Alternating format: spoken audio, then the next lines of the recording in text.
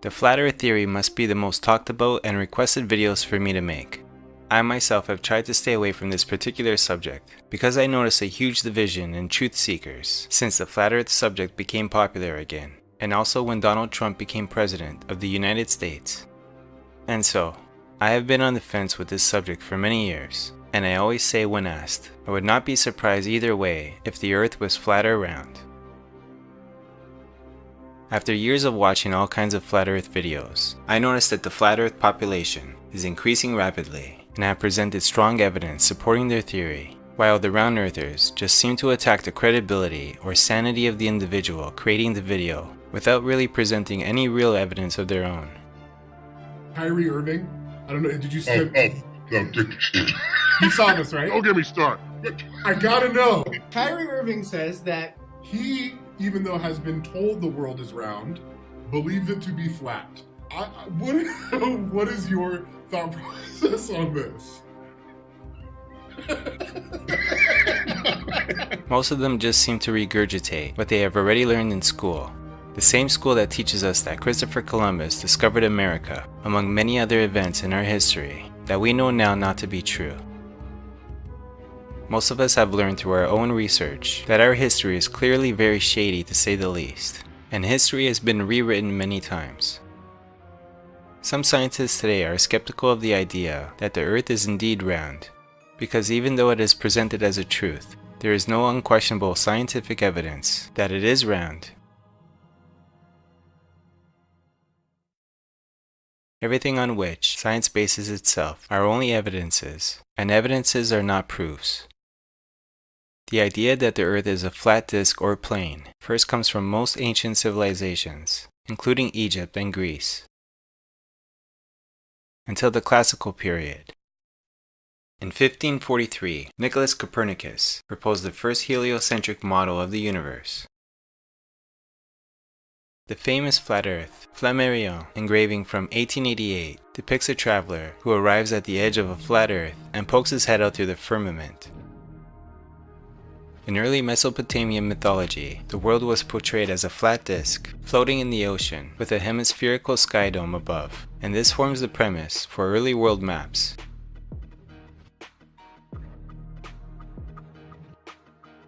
The earliest documented mention of the spherical Earth concept dates back from the 6th century BC, when it appeared in ancient Greek philosophy with Pythagoras, and later Aristotle and Euclid wrote about the Earth as a sphere, but remained a matter of speculation until the 3rd century BC. It is said that Aristotle provided evidence for the spherical shape of the Earth on empirical grounds around 330 BC. Ptolemy wrote geography at the height of the Roman Empire, 1,300 years before Columbus sailed, and considered the idea of a round planet. The spherical Earth gradually began to spread beyond the Hellenistic world. From then on, and the concept of a spherical Earth replaced earlier beliefs in a flat Earth.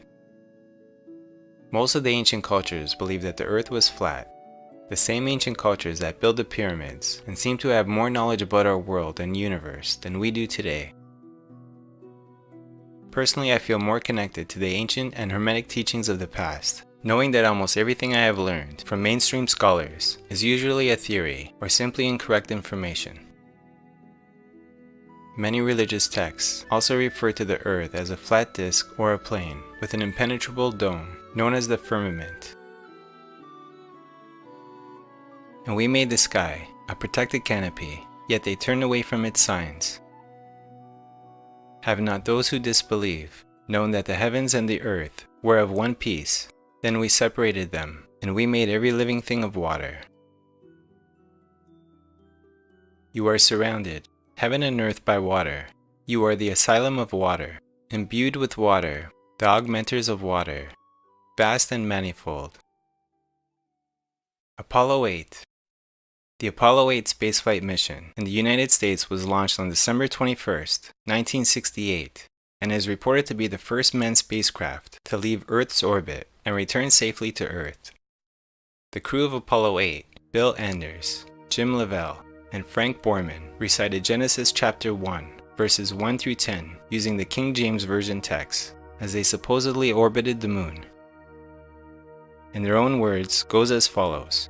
Bill Anders, We are now approaching the lunar sunrise, and for all the people back on Earth, the crew of Apollo 8 has a message that we would like to send to you. In the beginning, God created the heaven and the earth was without form and void, and darkness was upon the face of the deep, and the Spirit of God moved upon the face of the waters. And God said, "Let there be light," and there was light. And God saw the light, that it was good, and God divided the light from the darkness. James Lavelle. And God called the light day, and the darkness he called night, and the evening and the morning were the first day. And God said, "Let there be a firmament in the midst of the waters, and let it divide the waters from the waters." And God made the firmament, and divided the waters which were under the firmament from the waters which were above the firmament. And it was so. And God called the firmament heaven, and the evening and the morning were the second day. Frank Borman. And God said, "Let the waters under the heaven be gathered together unto one place, and let the dry land appear," and it was so. And God called the dry land earth, and the gathering together of the waters called he seas. And God saw that it was good.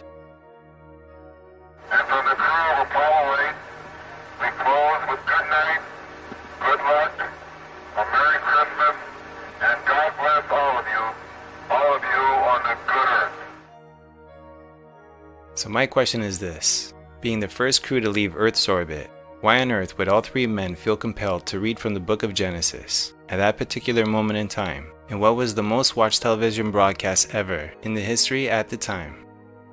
My guess is that they read those particular verses because that is what best describes the vision they saw when they witnessed the firmament with their own eyes. And of course, I may be wrong, and you could decide for yourself.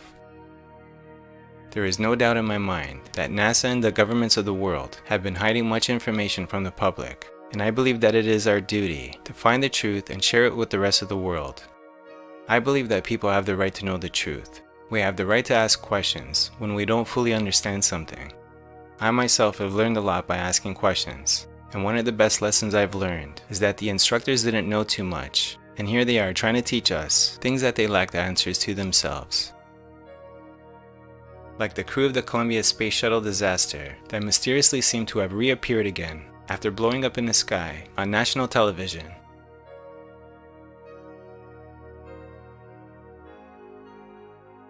Another being the fake Photoshop pictures that we see of the Earth. Look at the official images that NASA presents to the public. The size of North America changes with every new picture. What would be the reason for that? Well, NASA employee Robert Simon has gone on record saying that the Earth is photoshopped because it has to be. So why don't we have any real pictures of the Earth? We also see lots of symbolism indicating that the world is flat, such as Mad Max, Beyond the Thunderdome, the TV series Under the Dome, and of course we have the United Nations emblem that many people believe to be the actual map of the world. One of the more obvious clues indicating that the world could be round would have to be the fact that the moon is round, the sun is also round, and every single planet that we could see in our telescopes are round. However, even through a high-powered telescope, these planets look pretty fake when examined carefully. How fast does Earth orbit the Sun? The Earth's orbit speed around the Sun is about 67,000 miles per hour, 107,000 kilometers an hour, according to Cornell. Gravity. Gravity helps explain why we don't get thrown off a spinning ball, and it's interesting to me that most people believe in a spinning ball traveling at speeds that you can't even imagine, yet they have a problem with a stationary Earth that doesn't move. Just remember that gravity has never been proven as an unquestionable truth. A logical, alternative explanation would have to be density and buoyancy. If something is heavier than air, it will fall, and if something is lighter than air, it floats. Very simple. The Sun and the Moon. In a flat Earth plane, the Sun and the Moon travel around the Earth in a clockwise motion from east to west. In this scenario, the Sun disappears at the vanishing point of the human perspective on the horizon where the ground meets the sky. Antarctica. It is speculated by many that perhaps the plane that we live on is either extremely expansive or it's possibly endless. Is it possible that more land is being hidden from the general public? In a 1954 interview with Admiral Richard E. Byrd, who was an American naval officer and explorer, had this to say, "But strangely enough, left in the world today is an area as big as the United States that has never been seen by a human being, and that's beyond the pole, on the other side of the South Pole, from Middle America, and I think it's quite astonishing that there should be an area as big as that, unexplored." It sounds a lot like he is implying that there is more land past Antarctica.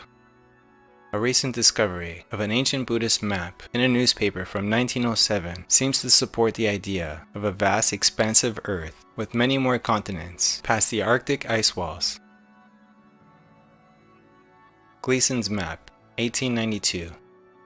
Is it possible that the Gleason's map could be the actual map of the world? It states at the top, "Scientifically and practically correct, as it is." I couldn't say for certain, but it is noteworthy to mention that this map is the same map used for the United Nations logo. The map says at the bottom that the sun moves in circles around the tropics, meaning that Alexander Gleason, the creator of the map, suspected that the Earth didn't move. Also, Gleason wrote a book called "Is the Bible from Heaven? Is the Earth a Globe?" Here are some interesting clips about the maps that we use today. How many of you have ever seen this map? Seen that map? Isn't this the map that you use K through 16 in the United States of America? Now, folks, look at this map. According to your social studies teacher, what is the equator? Right An down imaginary in the line where? Yeah. Around the center of the Earth. Then if this map is correct, then the equator must be here, and Chicago has a tropical climate. Now, folks, this is the map that we use in the schools. Look where the United States is, in the middle of the world, right? Now, here's the USSR, which is no more, of course, Mongolia, China, Africa, India, Pakistan, Afghanistan. Now, look over here. USSR, Mongolia, China, India, Pakistan, Afghanistan. Two Indias here. We have two Indias. Did you know that? Now, people, this is a flat-out lie. Look at the size of Greenland and the size of South America. According to your social studies teachers, what were continents? Largest land masses on the face of the Earth, right? Now, do you know the continents? Africa, Asia, Australia, Antarctica, Europe, North America, and South America. Did I say Greenland? Well, Greenland isn't a continent, but it's a huge landmass according to this map, right? The map is a flat-out lie, people. If you read the legend on the map, here it says, in fact, South America is actually 9 times larger than Greenland.